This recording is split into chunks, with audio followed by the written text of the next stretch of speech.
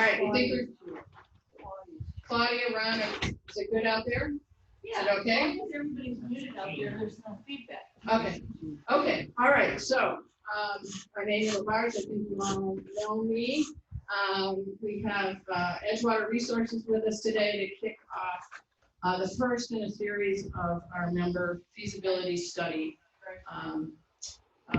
meetings. And so I am going to turn this over to Joe Gunther to do those introductions. Joe is our Rear Commodore, and he's the chair of the steering committee for this process. Here you are.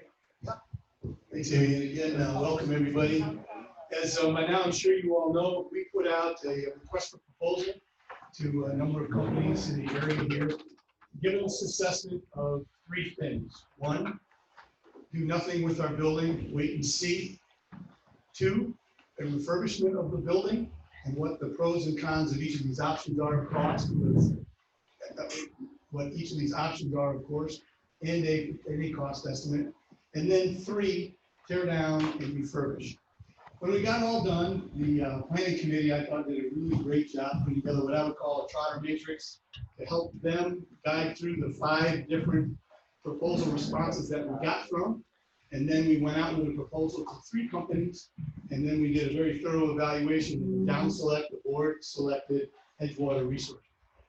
With that, I'd like to introduce Greg Wycamp, who's the CEO of Edgewater Resources, and Michelle Rumza, who is an architect, works with Greg, and she's going to be the lead for this project, doing the 3 assessments of the 3 different options for us. So with that, Greg. Thank you very much. All right, you can all hear me, I hope. At least you guys in this room can hear me. Hold on a second. So I'm going to talk to you guys, and hopefully the folks outside can hear us, and hopefully the folks on Zoom can hear us.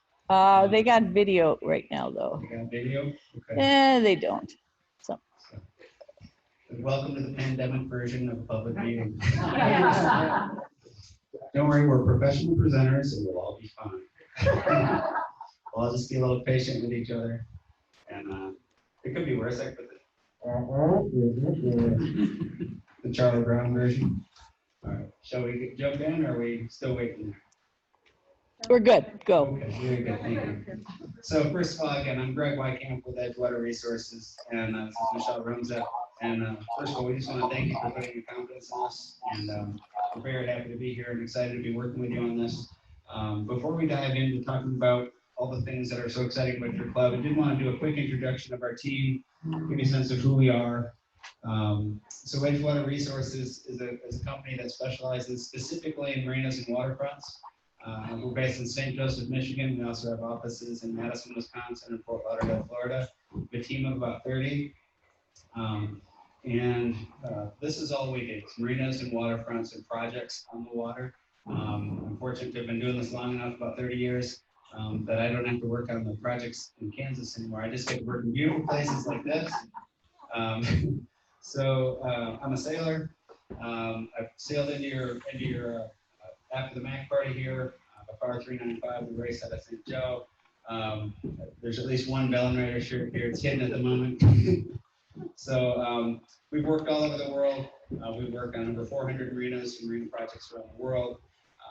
Some of our projects, just a few to give you a sense, 31st Street Harbor, you've seen that one in Chicago. It's about a $103 million project. I was the principal in charge to deliver that project. And what's interesting about this kind of a project is, yeah, it's about the boats and the marina and everything, but it's also about the program and the user experience, what people want to do with the facility, buildings, and all those sorts of things. Worked on two facilities for the America's Cup in Bermuda. Also worked with the Chicago Yacht Club. Chicago Yacht Club. Both the Belmont Station and Monroe. We like the one on the bottom, more fun, working with the sailors, of course. Oh, that was interesting. We're also designing a new marina on the north side of Navy Pier. So in addition to our consulting work, where we actually work for folks like you and try to help you work through your issues, we actually own and invest in projects. So I'm actually a part owner of this project. So I bring that up to point out that when we think about recommendations in terms of spending money and investing things, we think about it from the owner's perspective. And when you're writing that check, does this make sense? And so it's not just us making recommendations and betting your money, it's making a recommendation about how you should invest your funds and we think about it from that owner's perspective. So this is some of the architecture that Michelle's done for that little building there at the new facility in Navy Pier. This worked on the St. Joe River Yacht Club. You've been down there. This is the new club facility they moved into around 2000 and went through a lot of issues at the previous club and some interesting outdoor bar elements. Working with the South Haven Yacht Club, will help them through a very similar process to this. And you get a sense of how some of these graphics will look as we move forward with this process. Michelle designed a renovation of the existing building, and then a conversation about a potential new building, and just so everybody can see what might these things look like, what might they cost, how might that work. Also working with the Michigan Maritime Museum, if you're familiar with the Maritime Museum, that's in the lower corner or lower center of that site. We're working on them to help with a complete renovation of those facilities and new buildings there. Michelle's the lead architect for all of that work. Just a sense of some of the character and elements there. So I just bring that up, Muskegon Yacht Club, we work for Kenosha Yacht Club, we work for a lot of yacht clubs. And we understand that, you know, like all yacht clubs, you've got a bottomless pile of money, and you can afford anything, right? So, no, of course not. Spring Lake Yacht Club, help them with their new wave attenuation system. We've done a ton of work for the DNR. We've been over to see the new East Tawas facility and new facilities in Harrisville, working with them in Lexington, Whitefish Point. Did any of you do that survey last fall from the DNR about voting activities as part of a statewide facility assessment? Did anybody get that survey? We did an assessment of all 87 state and DNR harbors for the state of Michigan. So I make the point is we know a lot about harbors and marinas and waterfronts and boating in Michigan in particular. So I'm a member of the St. Joe Yacht Club and race and do all those things. So hopefully I have a little bit of a sense of what it's like to be in a club like this. And I've experienced this club at I think certainly my favorite time of year is the after the MAC party and being in here. And you guys are so welcoming and we love coming here. So the goals of this project, very specifically, is meet with representatives of the club to further understand your needs and culture. That's really what today is all about. I'm not going to assume that I know what you want based on how I experience yacht clubs. We're here to listen to all of you. We haven't drawn a thing. We don't have any preconceived notions about what the right answers are. We're here to ask you those questions. And I'm going to try to get as much feedback and interaction from you as possible. We're going to present a lot of different ways we provide feedback in terms of note cards. Michelle's going to hand out note cards. You can leave us a note. We'll have our email addresses at the end. We're going to issue an online survey in the next few days to everybody. We're going to give you the opportunity to talk and ask questions today. Every way we can think of to get your feedback, we're going to try. It's obviously a little strange with this COVID thing. Normally we have some boards up and stickers, but that's probably just having too many people in one spot. So we're going to skip that for today. But we're going to make this work as best we can. I want you to know that no matter, bottom line, you'll have my email address. So you can get me and call me and talk to me. So we're going to review all the existing reports and outline any additional study needs we think you might need. We've got a lot of work already behind you, a lot of assessments and studies. We're going to address the pros and cons of the following options: the do nothing, which is the wait and see, which is kind of what you've been doing for quite a while. That's basically, the building is as it is. It's a wonderful space. I love this room. I think this is one of the nicest yacht clubs feels in all the clubs I've been to in the Great Lakes. I would choose this over Chicago Yacht Club every single time. This is a great feel. So the next step would be repairing the existing structure, which is sort of a renovation of this building in place of how do you make solve some of the issues that we'll talk about here in a minute, and then replace the structure. Do you build a new building? If you did, what do those look like? So we're going to look at all three of those options. We're going to treat each one of them the same, give them the same level of intellectual rigor and thought process behind each one, and help you make a decision. I'm not here to tell you what to do. I'm here to facilitate a process where we come to an agreement, hopefully together, and we all find the answer of what's the most common sense thing to do. I do a lot of master planning. There's no way that I can come up with a master plan that's going to make everybody happy, because I can only do it for one person. But what I can do is hopefully run a process where everybody in the room feels like, hey, I didn't get everything I wanted, but I understand how we got there. It's a good process, and I can support how we got here. We're going to look at the code implications for each of the options. There's a lot of building codes and safety codes that are going to affect this building. And I would point out that even though you can be grandfathered in and on code compliant when the building was built, it doesn't mean you're safe. It doesn't mean it's something you should continue to live with. We'll talk about those and how do you overcome them. A financial overview and the funding possibilities. When we talk about what these things might cost, we're going to break that down not only at the cost of the club, but the cost of the individual. So hopefully you'll have a sense of what does that mean to me on a yearly basis. What's my investment in this club? So hopefully that will help help us find a path forward that we can support.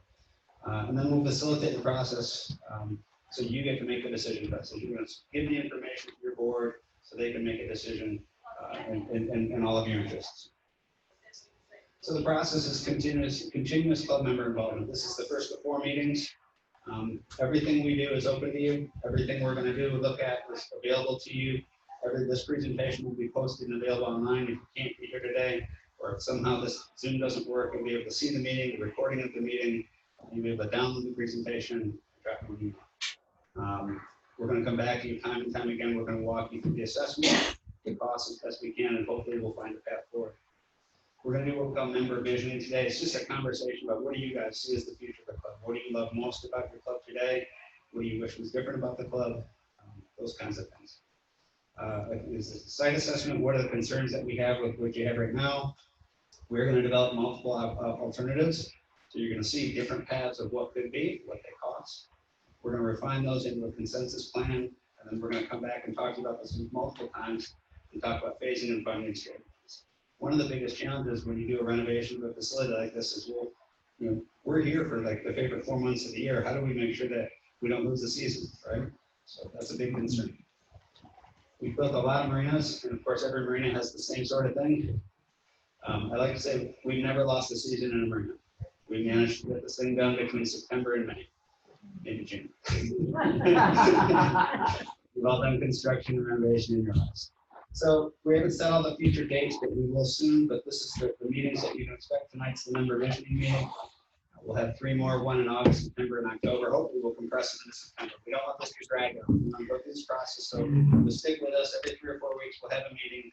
You'll see the process. We'll get to a decision before we've all forgotten where we started, because that's easy to do. So There it is. engage membership 2 first. fingers Start with the scroll. blank page.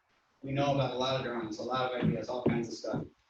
We know about them. We're not starting with those. We haven't drawn a thing. We are going to build on previous efforts. I'm not going to reinvent any 2 wheels. fingers. We're not going to go back and, Soils and Structures has done an assessment of the roof. I don't need to do another assessment of the roof. They're one of the best structural engineers in the state. Great confidence in them. You want to identify your vision. That's a lot about tonight. We're going to do these alternatives, economically sound alternatives, this whole sense of authenticity is key. When we talk about authenticity, it's kind of one of those weird words. What does that mean? When you guys think of the club, and you think about what you love about this club and that character, and you walk into this room and it feels a certain way, that's what I'm talking about with authenticity. When you walk into the Chicago Yacht Club, it feels a certain way. You all know what it feels like. I feel unwelcome. I walk in here and I feel welcome immediately, right? I walk into the St. Joe Yacht Club and I go, wow, they got 3 extra floors. Things happen. There's a feeling and a character about Pentwater, about this yacht club. When you think about your favorite place, your favorite waterfront community, your favorite experience at the club, and why you love the club, that essence is the thing that we need to identify tonight as best we can. Because whatever happens with this building, be it a repair, or renovation, or a new building, that has to stay. We have to capture that, keep it, and maintain it, no matter which of the 3 paths you choose. So we'll talk about that some more. Greg, excuse me? Sure. Would you talk more directly into the mic? Certainly. It's Is that better? Thank you. Thank you. Remind me of one, because I do this, and I will also talk very fast because I get excited. Okay. I'm lucky that I love what I do. I really enjoy this kind of work and working with folks like you, so I get excited sometimes. So guiding principles, these are the things. I've just put this together as a suggestion. But the guiding principles to me are sort of the criteria at the end of the day. If we can review the guiding criteria, if we achieve them, that's how, at least I'm going to decide if we did a successful job with the process. So the first question for you guys tonight is, protect the unique character of the Pentwater Yacht Club. Is that a guiding principle that's important to you, or do you want a totally different club? So heads going up and down. So that unique character, that's a bit of a vague term, and we need to talk about that a little bit more. We talked about with your steering committee. You've got a steering committee that's a really diverse group of folks from your club. We had a call with them last week. We got 2 pages of notes from them. I want to get more of that from you tonight. Ensure a financially viable plan is established, right? It's really easy for folks like me to come up here and draw you amazing things. Michelle draws beautiful buildings. And if it costs more than we can afford, what was the point? We complete waste of time. We didn't achieve anything. It's up to you to help me understand what financially viable means. That might mean $100 a member per year or some other number. We'll figure out what that is. Authenticity is key, back to that character. So I guess I would offer up, are there other guiding principles? That's what's most important to you. And I'm just going to have to talk to this room here. And for the folks on Zoom, if you want to use the chat feature, Michelle's going to be over here right next to me reading chat comments as well. So I just want to step back for a second right now. I'm going to stop talking and just ask. I put up 3 comments. Is there other guiding principles to any of you in the room that you think we need to consider? I think, Greg, you should support the mission of the club. Okay. The comment was we should support the mission of the club. Thank you. Can anybody tell me the mission of the club and what it means to you right off the top of your head? Cocktails, someone said back here. Cocktails. Right. Sailing and boating. Yeah. A lot of folks. Sorry. Water activities. Yeah. Not everybody's a boater, right? Social connection. Social connections. Social connections. Bar and dining room. The bar and dining room. What does this club mean to Bentwater? Is this club a big deal in Bentwater, or is this just sort of an afterthought? It's part of the community. It's part of the community. Yeah, I have to say, depends on who you talk to. Depends on who you talk to. More for it's more important for the members Mm-hmm. than it is for the community in general. Sure. Other than it does host a number of community activities pre and post season.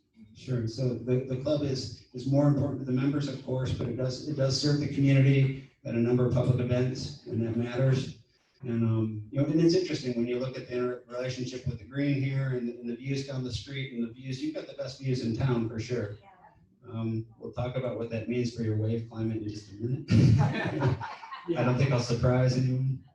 So that's a great help. I'm going to keep going, and we'll come back with more ideas and more opportunities for you in just a minute. Long over here, there's talk about making it year round. Mm-hmm. How many of our members are here year round versus we, that sort of thing. Sure. So remembering the demographics, and so in terms of the demographics right now, we've got the hatch right behind you, for example. It used to be more popular with the kids, but maybe less so right now for whatever reason. Popular with grandkids. So one of the things I just brought up is there's members here whose grandparents and great grandparents were founding members. The family's been members since 1935, and then there's others who've been members for. I think somebody joined 3 days ago. So both of those people matter, of course, right? And they matter equally in terms of the future of the club. Yes. Sure. Okay, thank you. Was there one online, Michelle? Yeah, I'm doing the chat actually, okay. because we Amy's couldn't gonna do do two the things chat, at you once. got it. I got one comment that said blue chairs. Blue chairs. New chairs or blue chairs? Blue. Blue chairs. There you go. Okay. Very good. Thank you. Tradition. All right, I'm going to show you some pictures. This is just some drone footage just to get everybody caught up on what it's doing today. We'll talk about water levels in just a couple of minutes. I do a lot of conversations and presentations on water levels, so if anybody's got any questions, I'm certainly available to help. So one of the views is just, of course, that long, beautiful view off the channel over the green. And then you've got the view down the street there. And then the view back down the channel. I remember, I think it was 13 or 14, and we were coming back from the MAC race, and the water level was really low, and we were right out there, and we draw 8 feet, and we were looking, and we could see the party happening. We're coming in. We moved the boat over here. We're like driving by Braille. We eventually had to go to Muskegon, and it was very, very, very sad. Should have. Someone come get us. So, oh, very good. So, some close-up views from the outside. Now, I like your floating yacht club.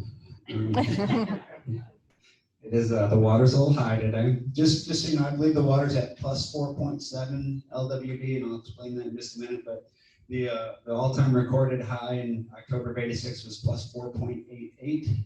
Now that's a monthly mean average of 4.88. So we're within a couple of inches of the highest water in October of 86 or 88. Sorry, 86. So very, very close. Obviously, there's no waste today, thank goodness. Then you have a dry sidewalk out there, prominent. Here's your survey, simple things. That red line indicates your property line. There's a little bit of a parking encouragement there. We'll work with the village on that. Some cool, this is the picture right over here on the back wall. Absolutely cool old structures, and I think we all love that character and scale and massing of kind of waterfront. So here's part of your structure. Notice those beams. Those beams are still here. Don't laugh. Everybody sitting outside is sitting on top of those beams right now.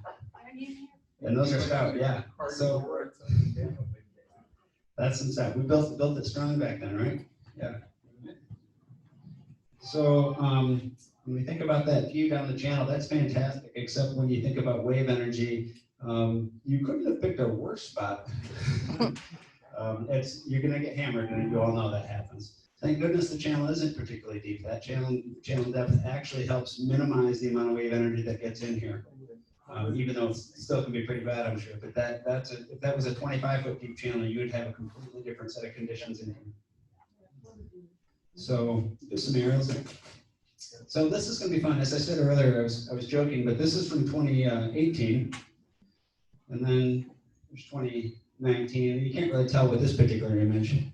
But so here's 18, and I just want you to look at the top of the dock as it relates to the top of the wood deck outside the building there. So that's 18. And that's the same picture more or less in last fall in 2019. And then here's this morning, and you can't quite tell, but it's about 6 inches higher. At least it was when I took the picture. So every time I show up, it goes 6 inches higher. So maybe I'll just do Zoom meetings from St. Joe. So this is your remember these good old days? That was dry before. That's 18, and that's 19, and that's this morning. And I'm told that the building has been completely wrapped in water at times. But it's adamant that this floor has not been wet, at least on this side of the floor. I know what's happening on the other side of this floor. I've got pictures of that. We'll show you that in a minute. So here's your north side of your building. Again, look at the dock, compare the floating dock elevation. And then that's 18. And then today, and it's above that as well. So, so there's a number of concerns with your existing building. I put them in a bunch of different categories. Building elevation and flood zone considerations. We're going to go into each of these in a little bit more detail.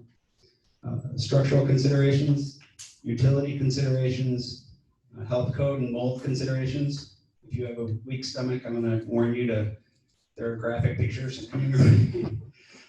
And club member goals and functional considerations about just, does the building work for you? Is it doing what it's meant to do? And those aren't necessarily structural things. Those are just physically, does the building do what we need it to do as a club to serve our needs? Talk about those. So the first one is building elevation and flood zone considerations. So as of today, right now, well, this morning, I should say, the water level was 582.2 or LWD plus 4.7. So let me explain LWD real quick, because that is the easiest way for me to explain water levels as a relative term. So LWD is low water dating. It's basically a reference scale. And so you would think that 0 would be low water, but of course it's not. Low water is actually minus 1.1, which is what we set back in 2013, which you probably all remember. Probably look like a cliff off the edge of the deck there. And the record monthly mean average high in October of '86 was plus 4.88. And so we'll talk about these different elevations. And so the key thing to remember is Lake Michigan has a range of about 6 feet, roughly -1 to +5, roughly. The deck elevation outside is about LWD plus 5.37, as measured very precisely by the width of my hand from the top of the deck to the water level. The interior finished floor elevation on average is about plus 5.96. And I say average because it's about a foot higher from this point right underneath the center of the room versus the outside of the deck outside. And we have, if you look around here, you see these little bullseye stickers. Those have been measured very accurately, and I'll show you some of those numbers. They've been measured very accurately for settlement. So we know that to be very, very precise. Now you have your flood elevation. Your flood elevation is about 583 or LWD 5.11. So your building technically is just above, a little bit above the flood elevation, which is good. But that's not nearly enough for a lot of reasons. There's a thing called the electrical datum plane, which we'll talk about more in greater detail, which means all of the electrical connections in a building have to be above this datum plane whenever you have a structure over water. And that needs to be 2 feet above the highest normal water condition. And so now you can have a debate about the highest normal water level condition. We use high water as 4.88 as that normal high condition, because then of course you have surge and waves and other things. So basically what that means is all of the electrical connections in this building should be at plus 7.11. So the middle of the floor right now is about, instead of 5.96, we'll just call it plus 6 for a nice easy number. We need to be close to plus 8, right? So about 2 feet higher for these, where these electrical connections have to be made, right? So that's important. We generally construct new structures at LWD plus 8 or higher. Okay, so just in general, we like to be 2 feet above, and I'll show you a graphic that helps explain what that is. So if we were just going to start from scratch and build a new building, we would build it about 2 feet higher than it is today. I have a question. Quick question, sure. Is that a code kind of thing or a standard of some sort? Some of these things are codes. The data plane is a code. The rest of it is just when we build a building and make an investment to keep the building dry. And I'll make a clear distinction between what is a common practice and versus a code. So that's a good question. Thank you.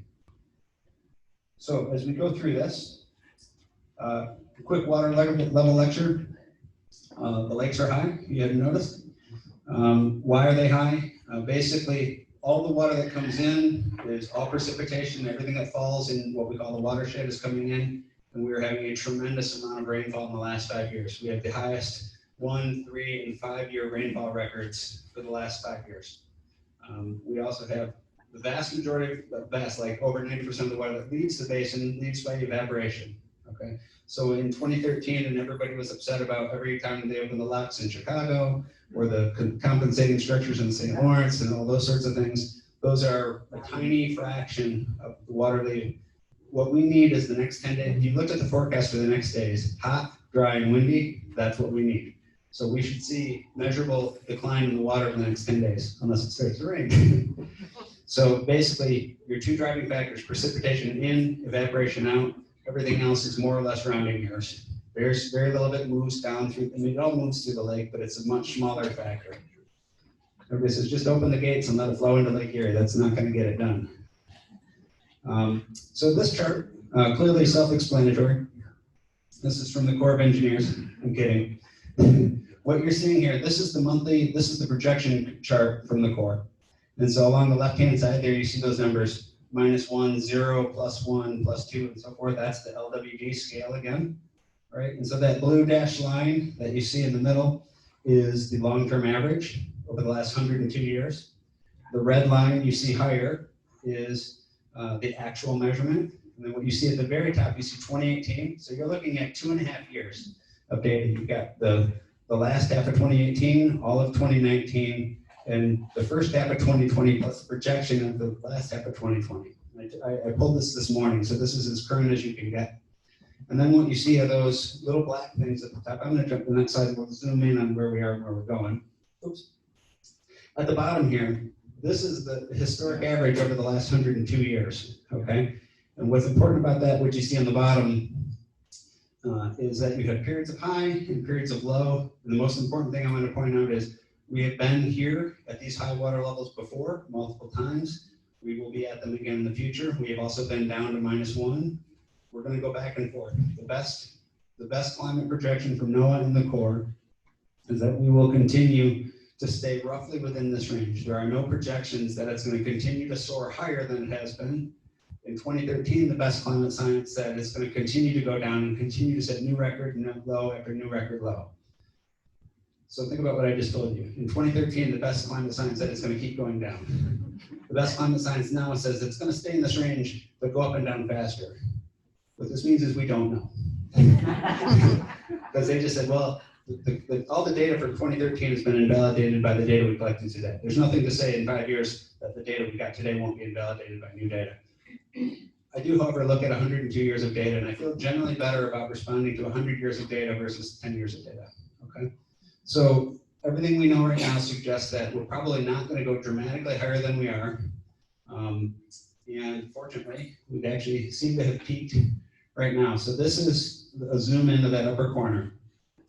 And so what you're seeing here, these lines where you see that in 1987 and 86 and all those, so these are monthly mean averages. They took every day of that month, took the water levels and averaged them, and that was the elevation. And so the old record was 87 for January, 86 for February, 86 for March, and so on. You'll now see all the new records next year. We'll all say 2020, 2020, 2020, and they'll be up higher. So that's setting the new levels. Now you'll notice way up here is October of 86, and that was this crazy month of October with this incredible rainfall.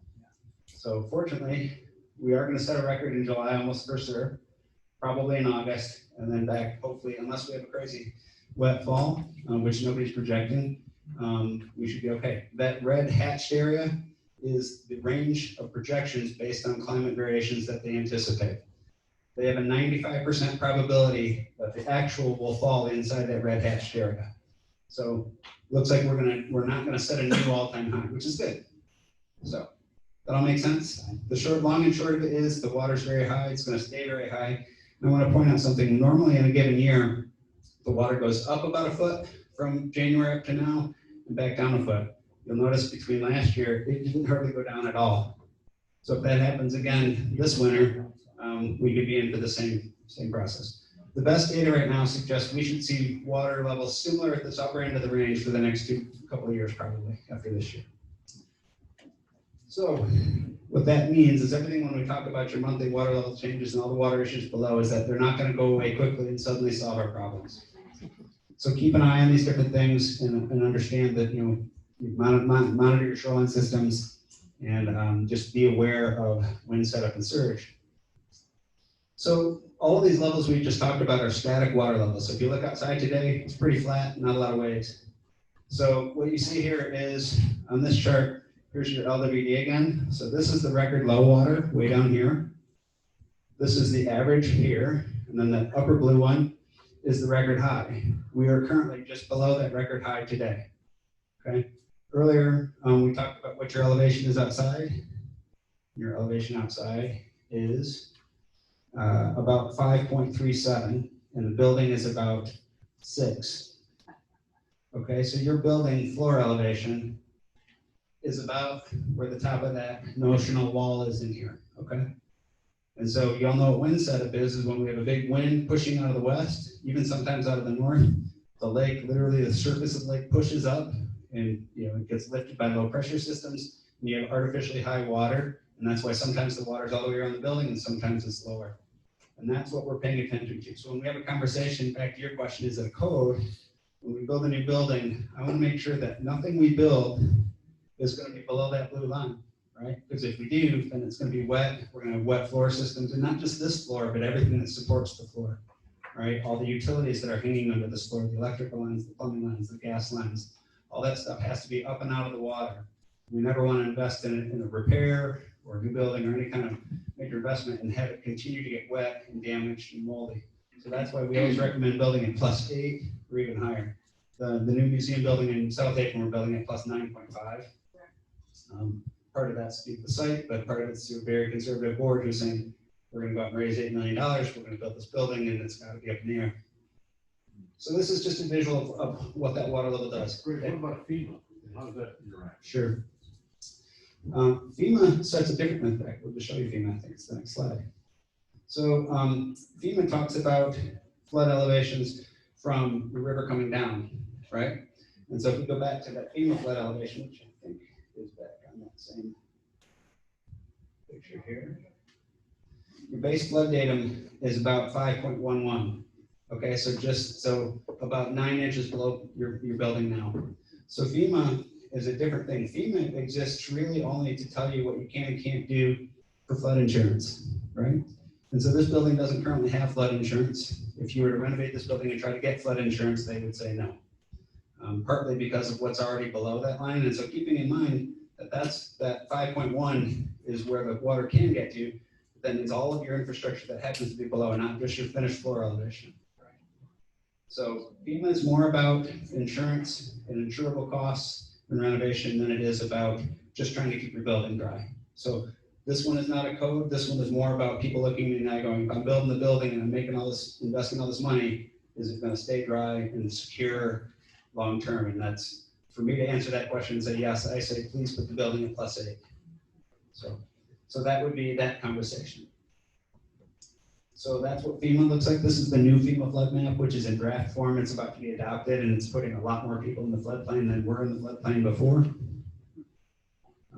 So this is these interior points. So these little bullseyes on the floor here, there's been a surveyor who's come in here and measured these points and said, is the building settling right now? And they measured them several times over the course of this winter. We had a pretty mild winter in terms of ice, which is actually why you're seeing so much erosion on the shoreline. Normally we have ice off the shoreline and that absorbs all the wave energy before it wipes out the beaches. Since we had almost no ice, I think we've done 65 shoreline armoring projects this year alone. That's just our little firm. So we haven't had a big ice freeze-thaw winter, but these are all the data. This is the data that's been collected. And this is how we know your elevation of the building. So electrical datum plane. Now this one is a code. So back to what's a requirement. So electrical datum plane says I have my normal highest water level, which we would argue is 4.88 because that's our historic high static water level, monthly mean average.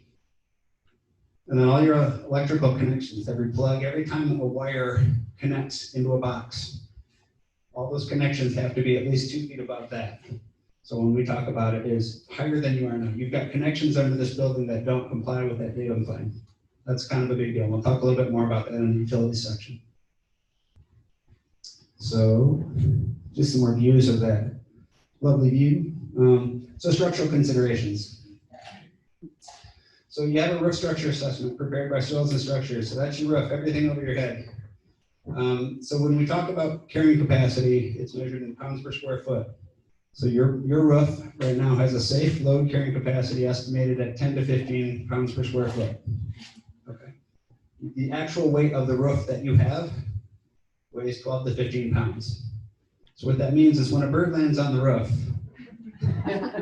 technically it's exceeding its capacity. All right, now we're not worried about a bird, of course, I'm making a little joke there, but I'm worried about a snowstorm.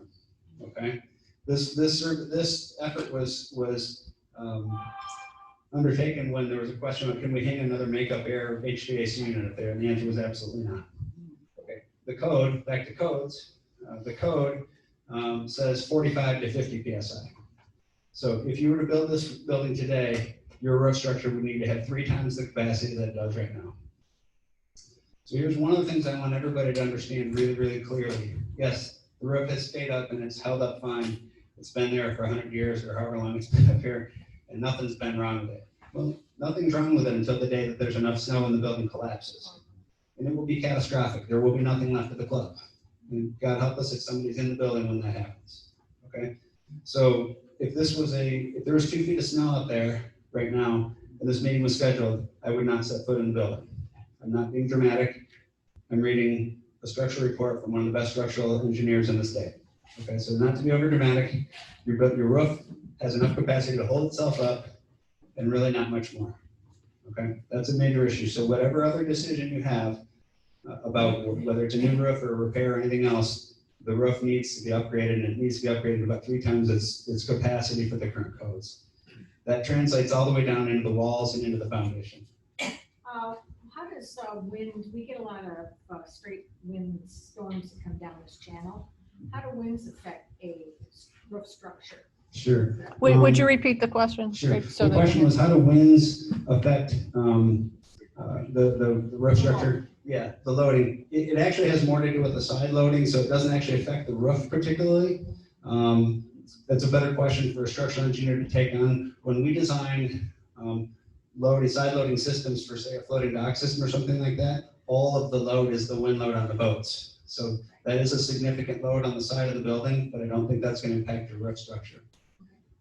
So I just want this to settle in. I have no dog in this hunt. I don't sell roofs. But your roof is at capacity, period. Okay. Here's the drawings, just real simple drawings. So this is a quick drawing of your main floor framing. So just a quick sketch that they prepared. So we got a bunch of photos here. These were Scuba Steve, I think his name is. Is he here by chance? No. Maybe he's outside. No. He went under there. So you can see a lot of pictures here that are a little bit tough to read, but what you're seeing is the underside of the floor structure that we're all sitting on right now. So you're seeing floor joists, and you're seeing support columns, and what you see a lot of is shimming and things like this. And so if you're in this room right now, you'll notice that the center of the room is very high, and the room back there on the wall facing the water is quite low.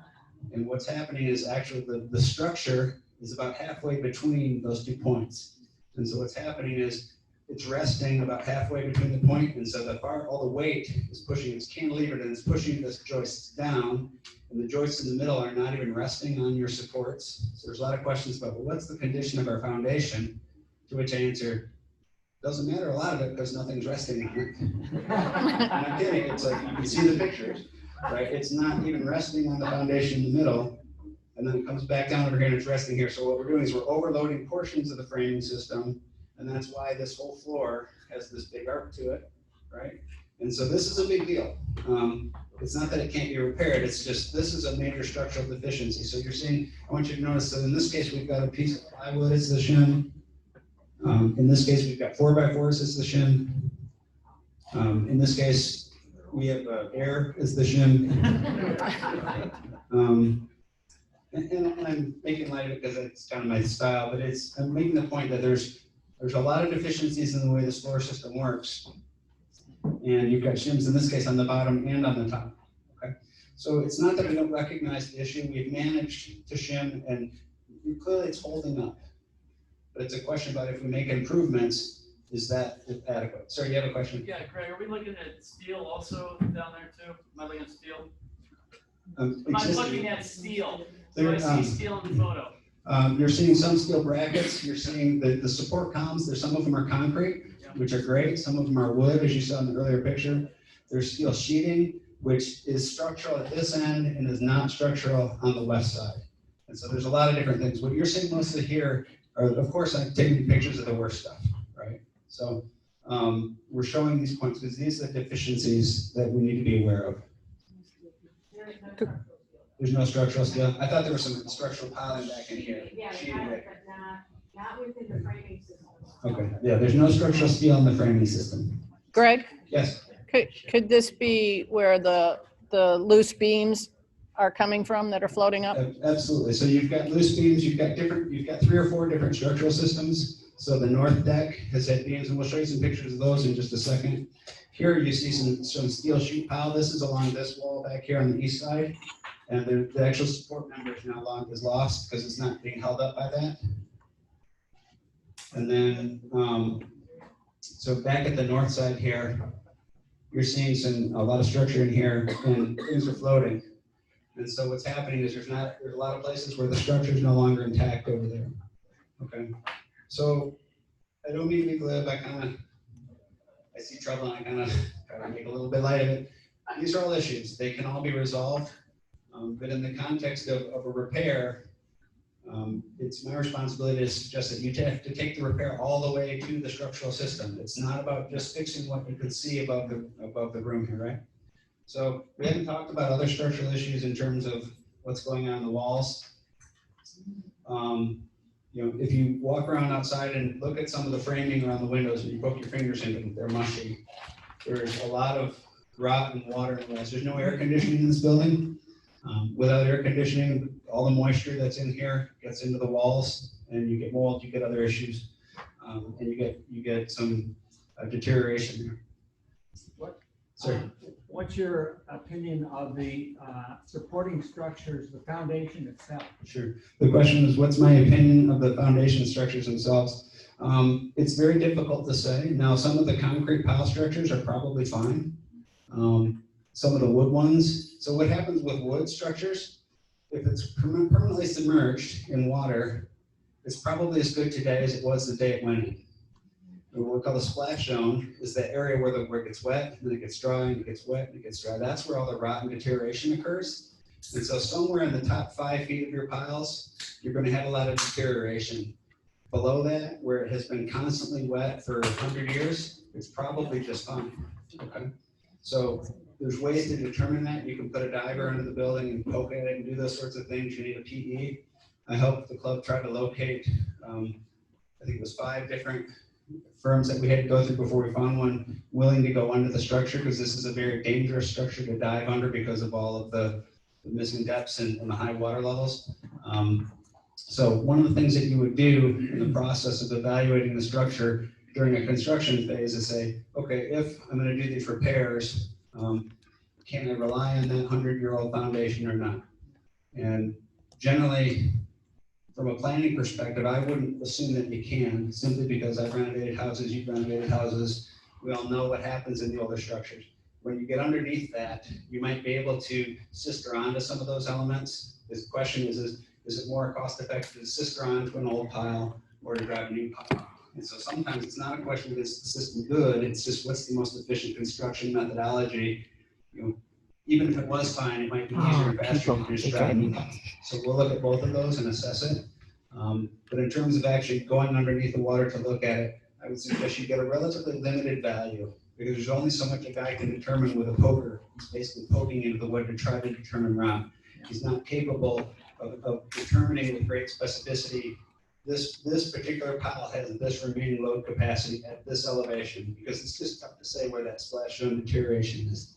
Now, if you got into the process of renovating the building, the best way to do that is, and I'm not saying this is a conclusion, but if you said, we're gonna build a new building or something, or we're gonna raise the building, if you lifted up the floor and you could see the structure from above, it's much, much easier to determine its capacity. You can do a side loading test, you can do other tests. Yes, and I'll show you that after I go through utilities. All right, did I answer your question?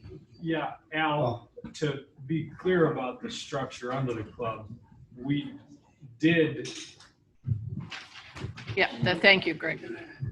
To be clear about the structure under the club, we did locate 2 professional engineering diving firms that offered us proposals to investigate the structure, but we have not contracted with them.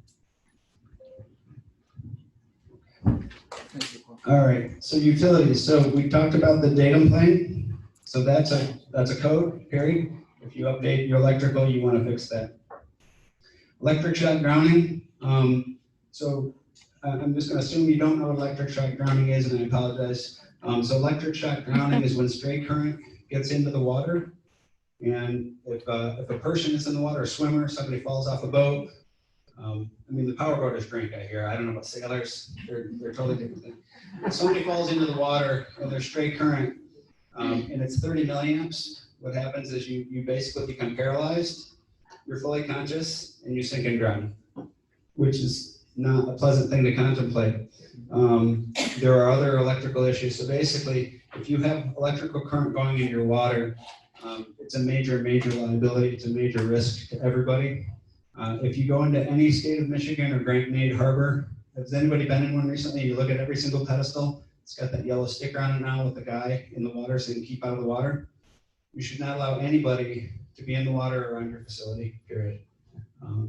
Having seen what I've seen in the videos, and I'll show you some pictures, and I know electricians went down and did some repairs, I would absolutely not let anybody in the water around this building.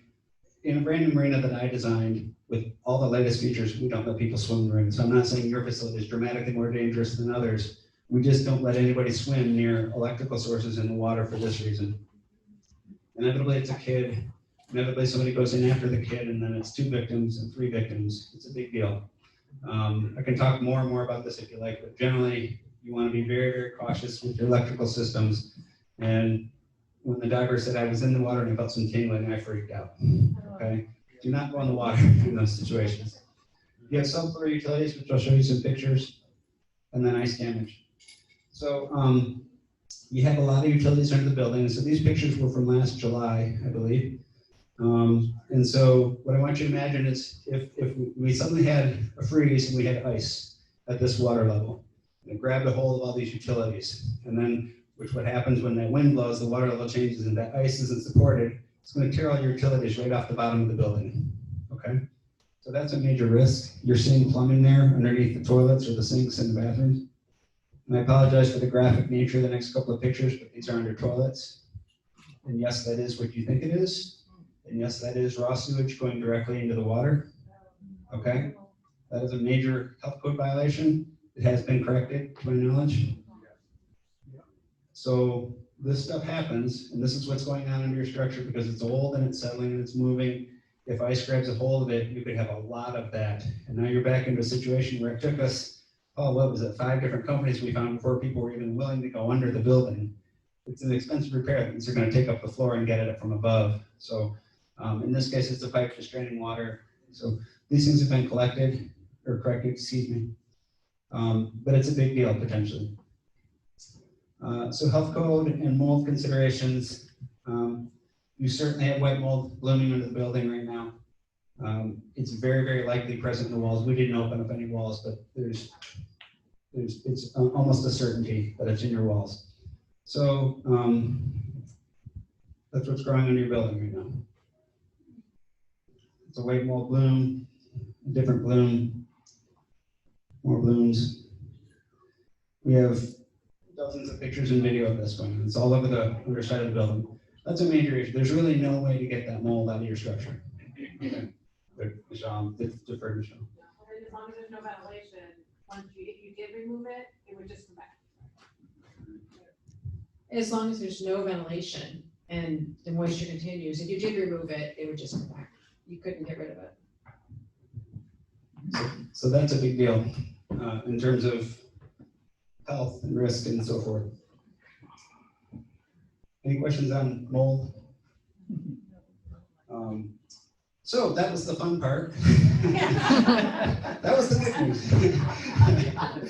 news. So I bring all this stuff up not to say that I come to a conclusion, but I just point out that in the context of option A, in terms of repairs or wait and see, there are some issues in here that I believe are real liabilities, are very real concerns, are structural concerns, are health code concerns. You have staff that are in here year round. You have staff that are in here in the wintertime. You have a roof that is not good. If you haven't, not that you guys need me to point this out, but come on up into this point of the building and stand here and look at the walls. There are a lot of structural deficiencies all of this building. And yes, it has stood for many, many years. And yes, it will probably continue to stand for many more. And yes, you could nurse it along. The question is that the best use of your limited funds, right? Is that the best way to invest in this building while we're not really addressing some of these issues, right? You're not going to be able to address the mold issue without replacing the entire flooring system. And then the flooring system is going to continue to get moldy because we haven't addressed the ventilation and the water level, so you'd have to bring the building up to get some more air circulation and some things like that. So as you go through this process, we're going to point out the pros and cons of what that investment will get you and what it would not get you in terms of resolving some of these issues. So now we get to the part where it's really more about functional considerations, and this is actually relatively more fun and interesting stuff. Is the building working for you, right? Is it just, clearly the bar is too big? I'm kidding. So let's talk about the considerations. So preservation of the character. I love this room. I walk in here and it feels like a yacht club should feel. To me anyway, but I'm biased. I love this space. Responsiveness to financial realities.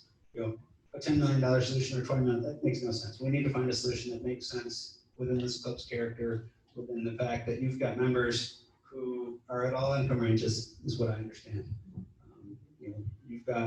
We worked at the Spring Lake Yacht Club, which is butterflies and opties, and and basically 2 members there chose to just write the check, which is fabulous. I would love for that to be a viable option. Here's the number, somebody write a check, we're done. That doesn't happen very often. It happens occasionally. We need to find an option that basically everybody can say, I understand why this investment is valid and worthwhile, and what that dollar would mean, right? Does this room have the ability to support multiple activities? We had conversations with the steering committee about, when the Bridge Club is having an event in here, and other people are trying to get lunch in here, does that work or not work? And at this point, this is where we start to open it up to you guys. Tell us what's working or not working. Access to the bar was brought up. clearly it's an issue. All the serving staff, I'm sure, love how that works, and you run through the kitchen to get the drinks and different things. Parking, of course, there's too much parking. Kitchen function, you actually have a lot of room in your kitchen. It's not organized as well as it could be potentially, but it's actually pretty large relative to some other facilities we've worked on. Office and storage functionality may not be the best. And then cost efficiency in your operation is it costs more to run the building than it should, just simply because of the way it is.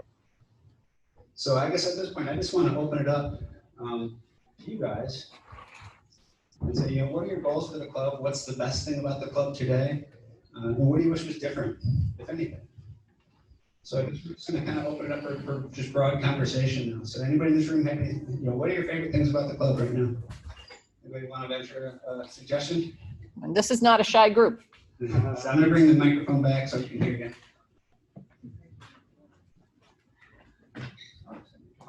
This isn't about likes or dislikes, but I think it's a very important question that I've heard different answers, and that is, who makes this decision, the board or the members?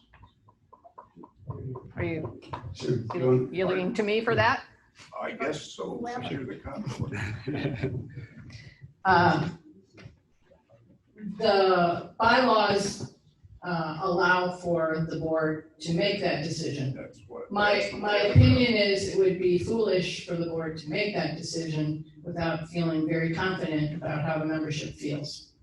But we've just initiated this process, and so I think we need to give a bit of time to gathering the feedback. There'll be a survey that follows today's meeting. We have several more of these member meetings planned.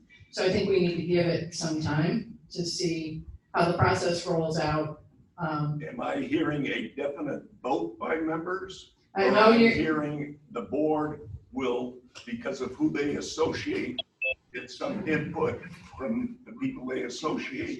Everybody's everybody had all six surveys through this process. The ability to make the decision, it's my opinion, speaking for the board, that we wouldn't want to make that decision without feeling very confident about how the membership feels. Well, So that's where my answer to that would be that the only way to feel confident is to have an actual vote, 600 ballots. That's not the process we have set out at this time. I'm asking the membership. And that's not the way our bylaws are written. That's correct. Our bylaws are not written saying that we would have a vote for a decision like that. I just wanted to publicly bring that out in the open so everyone understands, because I've encountered some people that can't believe that the board can make the decision. Our bylaws allow the board to make that decision. Thank you.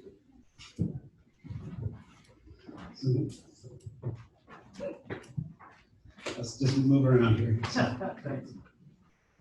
So once a recommendation is made and the board makes a decision, are we going to proceed with the recommendation?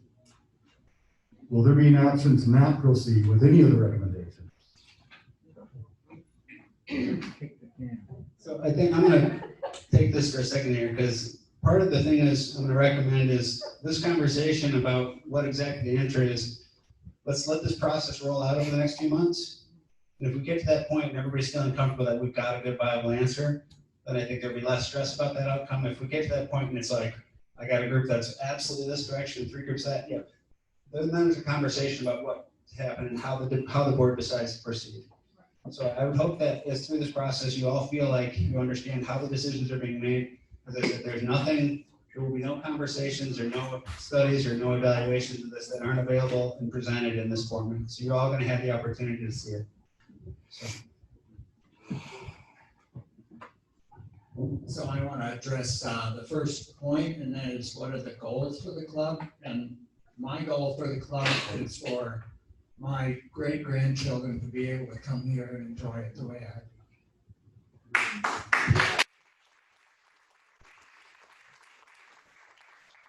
do. And Michelle is documenting this, so as I walk around and do my Johnny Carson routine, she's writing this down, so thank you. That's something we heard from the steering committee as well. There's members here whose great grandparents and grandparents were founding members, and they're bringing their kids and grandkids here. And that is something that has been brought up probably more than anything else. I appreciate that. Thank you. Do you have any suggestions over here? Any clubs? Is it working? Here's one. We're talking specifically about the building right now, but is your study going to include slips and waterfront total package? Is that correct? Our scope is the building. As planners and designers, we can't stop. So yeah, we will consider that and think about it, how it affects, but the primary scope is what to do with the building. But if there's something about the way the site operates, or the sight lines, or the function of the thing that impacts the building, then we would certainly consider those elements for that. So. Over here, sir.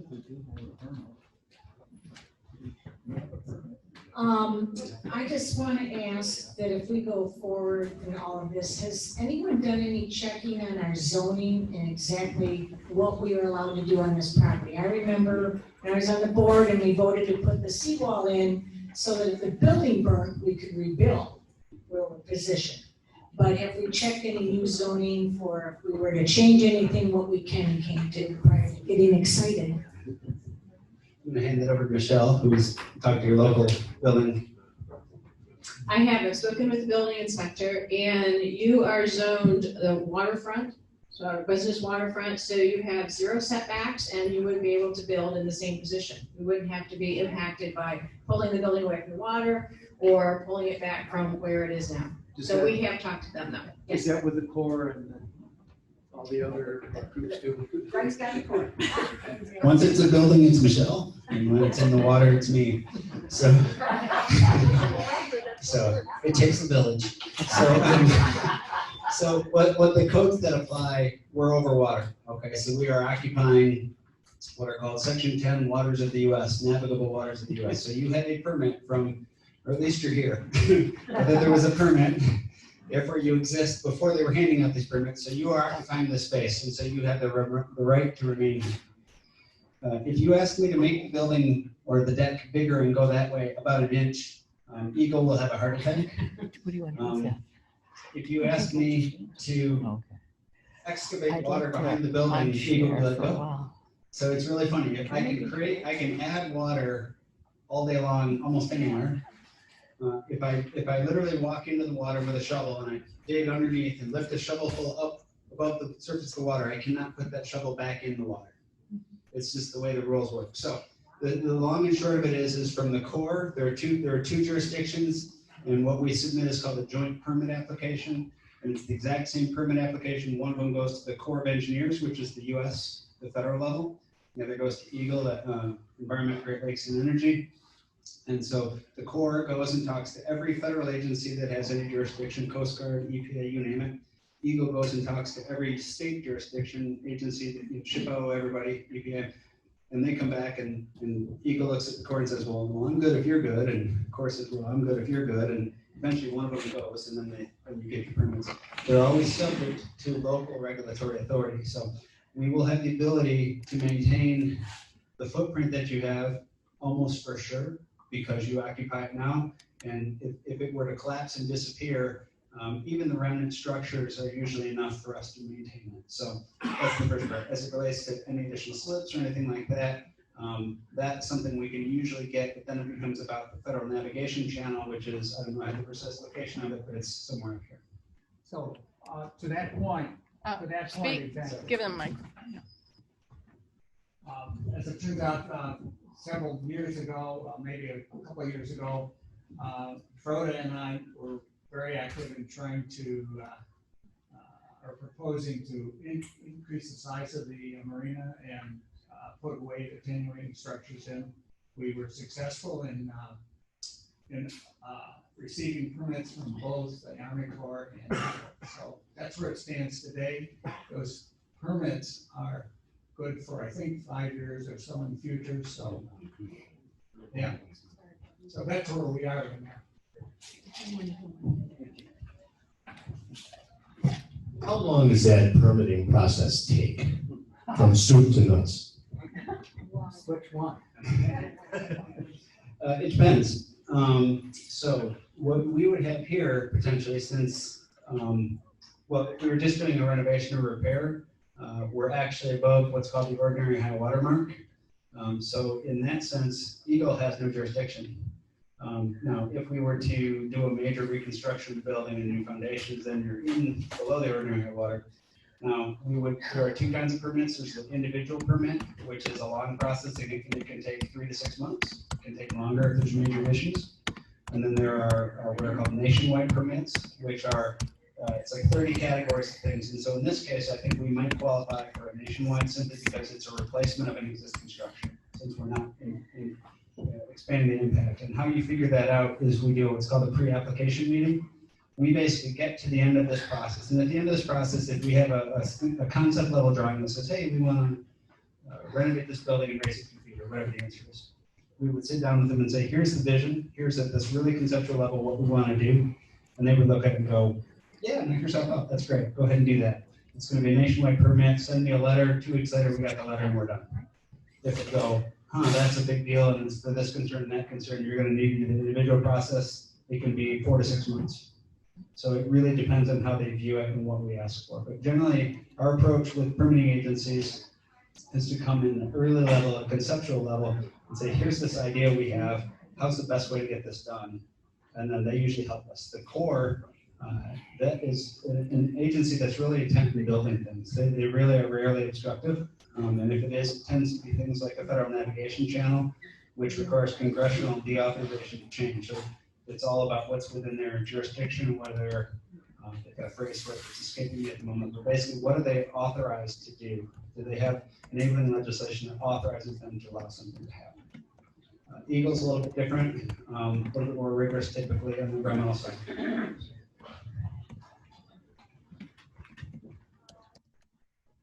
I'm looking at the question there, what are your goals for the club, or what's the best thing about the club today? Probably 10 years ago, our daughter got married on Village Green. The reception was here, and we worked through with the current manager to figure out the weekend when stuff in the peak 3 months. It was September, but it was kind of a magical place for a wedding, and we get a lot of requests. We won't have to turn many of them down because we can't just freeze the whole day and night when we have many members that come just for 2 weeks the whole season. So how do we make it work? Is physically a bigger room, a second floor? I don't know the answer, but it would be nice to accommodate that because a lot of people would love to plan an event, a private party, an anniversary party, and we don't quite have enough space to say yes to all of them. So it'd be nice to make a balance. So the idea is having events simultaneous with the club, just being the club. Yeah. Thanks. Yeah, one of the points was, what do you like about the club? And I've got a pretty good view from where I'm standing right here. And it occurs to me that this club is really homemade, you know, and that's what makes it so cool and so warm and so welcoming is, the burgies, the door, the table, the signs, the bulletin board. Everything here has been made by members. And I would hope that no matter what we decide to do, whether we rebuild or we renovate, that we really keep as much of this character that we've already built in here and put it right back up. Yay. You and Michelle will get along. I have 2 comments that came in on Zoom, maybe 3 actually. One is, I like the club just as it is. It has a unique charm that has been lost elsewhere. Not every member wants a bigger bar or needs more parking or needs multiple events to happen at the same time. Some of us think it's perfect how it is. Also, there will be no change to this club without a member vote. I'll make sure of that. Another comment. Our goal would be to ensure the longevity of the club and its facility. Favorite things, view down the channel and the cozy feel. Now there's one more. Given what you have seen and understanding that it is way too early to have a firm idea, could it be that replace might be cheaper than repair, given the extent of the repairs that seem to be needed for the structure's roof and foundation? It is too early to answer that with certainty, but instinctively that's often the case. Those of us that you've done a major renovation to a home, there's a point at which Digging in the foundation can cost more and so forth. Now, that doesn't mean all the things about keeping the roof can come back. That certainly doesn't cost you anything, and that's great. So that'll be a question that we dive into in greater detail as we go into this, but that is often the case, so.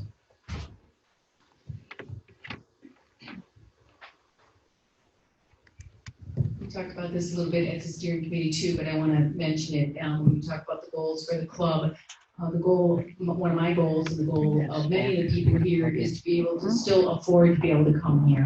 And I think that that's paramount to our design and dreaming stages.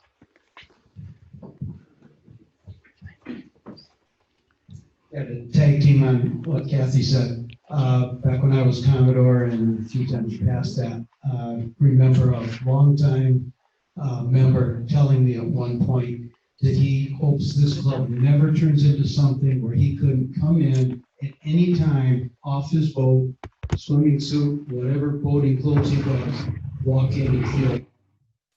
And then second thing too, this building was not designed as a yacht club. It actually was third choice for the yacht club, and it's probably very well stretched past its architectural usefulness. I think we need to definitely, from what your presentation was, consider that.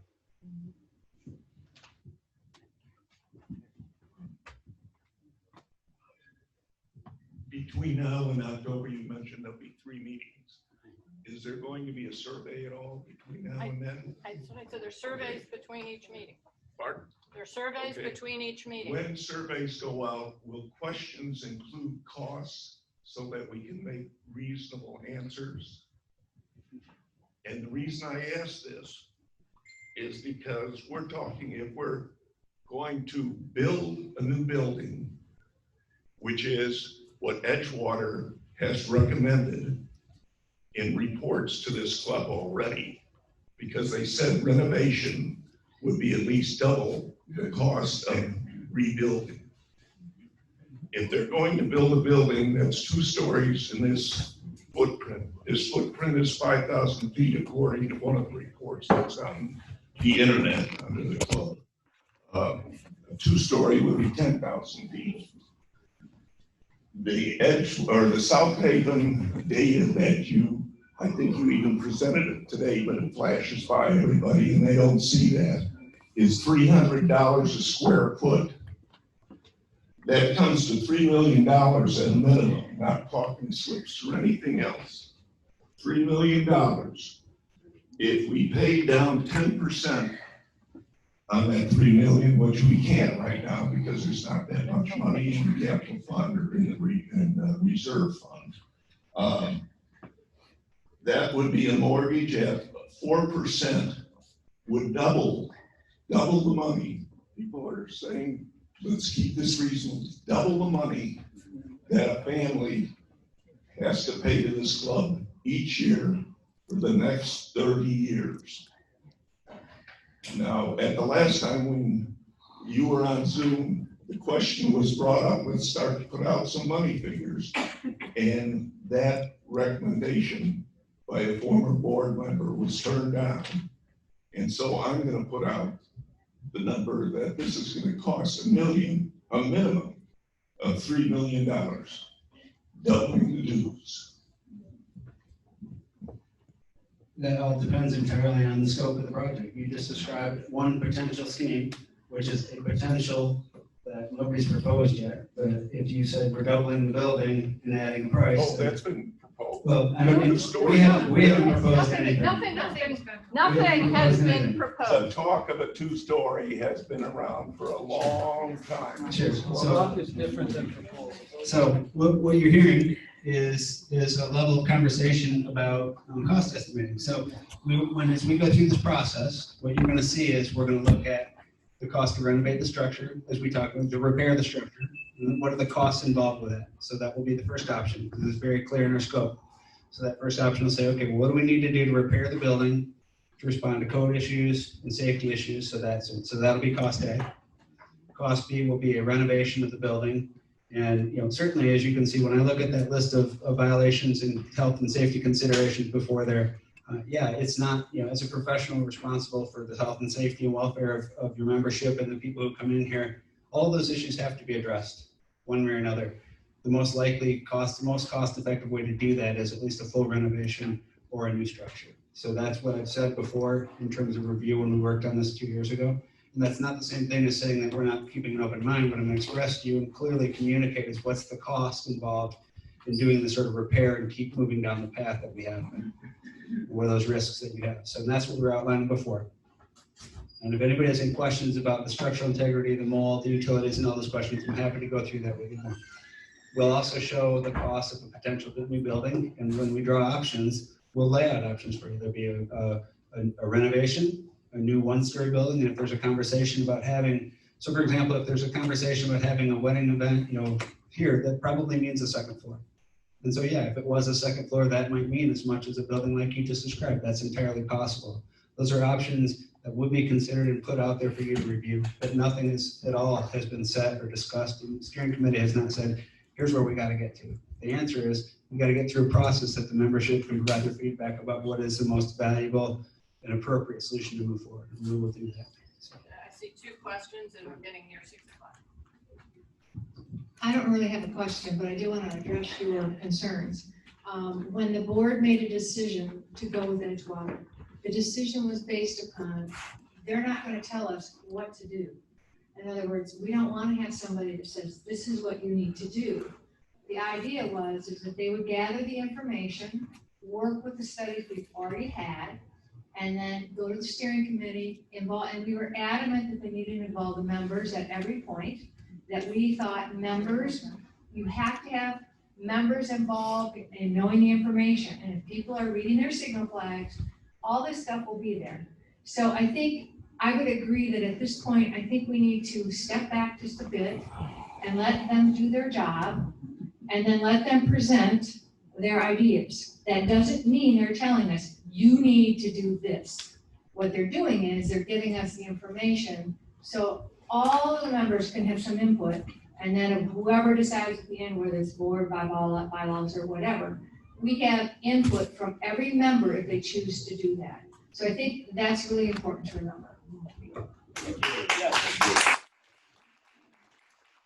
I had a hand over here first. Okay, and there will be surveys after each of these to quantify this as well. Thanks, I'm Keith Wynn. I'm one of those members that have been member for 2 or 3 days. So, an early member, but what really attracted us to the club is the history of this club. Some 80 years of being here, and they're celebrating water sports on the lake. One of the reasons we bought a home, they have sailboat races on weekends. I have kids and grandkids now that I hope can continue that, be part of that history. I hope this place is here 100 years from now because it's so important. It's not the building, it's the institution and all the people that are here for the reason of supporting water sports on the lake. So in answer to your first couple questions, that's what I see in terms of the history, perpetuating this club and making it an important thing into the future. It's not about the building, it's about the future of the club and how it can best accommodate that. 2 more questions and then I think we'll wrap it up. I have heard anecdotally that there is a ratio between the amount of renovation cost you can do to a building and the assessed valuation of that property. And once the renovation cost goes above some percentage or multiple of the assessed valuation of the property, it's no longer doable from an insurance standpoint. Is that true? Can you address that, please? That's generally related to flood insurance. You don't have flood insurance, and short of completely rebuilding the building out of the floodplain with the new flood maps, you wouldn't even be contemplating flood insurance. So it matters. It matters a great deal, but that dollar amount is very low. I believe there was at one point recently an estimate for the renovation or something with the bar back here. It was about $200,000 just that bar renovation exceeded that amount that you're describing as it relates to insurance. So the numbers and valuations are so low that there's essentially nothing you can really do to the structure of the building that's going to allow that to qualify. So that's only when it comes to flood insurance. Primarily flood insurance, correct. When you get to the renovations in Michelle, it's either going to be the rehabilitation code if it's a renovation or repairs, or it's going to be the new building code, right? Michigan building code. So in that, you'll still be able to insure the building, but the flood insurance aspect of it is going to be based on FEMA, which is going to be based on those elevations. And there's no way to get flood insurance without raising this building at least 2 feet. I think that would be a starting point. So we got one last question, and then you've got my email up there. So. On the last. I appreciate the facilitation. It's been very well done. I would suggest with the cost ramifications are really important. I'm not trying to get ahead of the situation, but I would have an adjunct just to the due process you have and be looking at the cost. Even right now, as this gentleman indicated, you could say we're going to redo, keep as much as we can, and we'll have a cost for that. And then you can look at the approximate price per square foot on the footprint we have, and I didn't hear anything that people were just really against, maybe the traffic to the bar and so forth, but nothing material. And then with the financial, you could just be having that go in terms of, well, what if we had an initial gifting program? And there's just a lot of things with that. So I think I would just suggest that the area on cost, how that can be addressed, the breaking point, the possible additional new members, having that go side by side with what you're doing now, not abandoning what you're doing, but try to get out in front of that. Absolutely, appreciate that. And that's exactly how we intend to propose the process. So as we go through here is, it's always about, you have an idea, it has an associated cost. Everything has a cost with it, and we have those track parallel, because you don't want to get to the end and go, well, we got the answer, we just can't afford it, so then you have nothing. So as we come back, we're going to be back in a month, and we'll be communicating these schedules and these dates, and so you'll have those opportunities. And so our next meeting, when we come back, we will have some ideas to put forth. We got these note cards here. Again, we want everybody's feedback, and so not everybody's comfortable standing up in a room like this and having a comment. So if you have a note card, or if you want one, you can get from Michelle, leave us a note. Our email addresses are up here on the screen. Please send us an email. Do we have everybody sign in? Or we have the membership, because we can send it to the membership with email addresses. We'll be forwarding. So we're going to be putting together a survey based on some of the conversation tonight. We'll put that up to the club, and we'll have that to everybody. We'll be presenting the results of that survey information at the next meeting. And so we'll get the information on the next date, but it'll be 3 or 4 weeks out from now. And we'll have some ideas, and we'll start to talk about those numbers from there. So I want to thank you for participating. I just ask for a little bit of patience as we go through the process. And at all times, feel free to reach out to us and let us know what you're thinking. And thanks for your time. Thank you.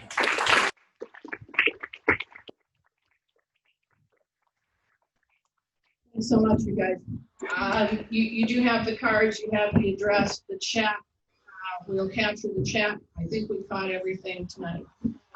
The meeting was recorded, so we'll post how to access that for any, so that'll go out on Signal Flags as well. And I would just say one thing, this has been great, and thank you everyone for bearing with us and trying to put this together. Please remember, this is the beginning of a process, okay? This is not the end of the process. There'll be lots of opportunity, and there is lots of opportunity for input. And so if I forgot anything, let me know, but Joe, let them know about dinner. And thank you, Amy. Thank you. Great, and Michelle, I can't thank you for your note. And anybody that has not got dinner plans, or hopefully those of you who have already bought tickets, because we've already sold out, we have tonight's first Monday night dinner, which is the Q Smokehouse. And so those of you who are staying, you can have your place, or there's all kinds of outdoor seating and some seating inside as well for this year's first Monday night dinner. Thanks everybody for coming, and really appreciate it. And I too, leading the steering committee, are all ears for any questions or comments that any of you may have. Thank you very much.